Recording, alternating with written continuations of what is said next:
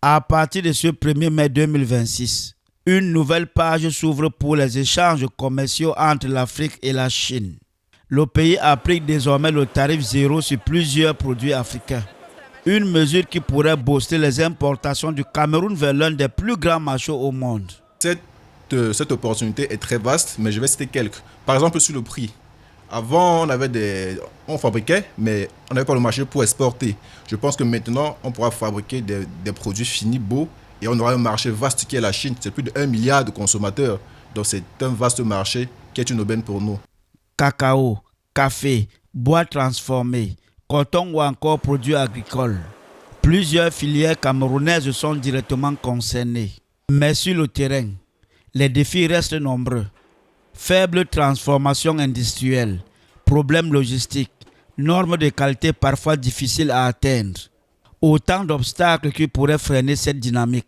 D'ailleurs, si c'était important, la corruption, qui sévit chez nous comme un fléau, pandémie véritable, le sida des temps modernes, serait le premier obstacle.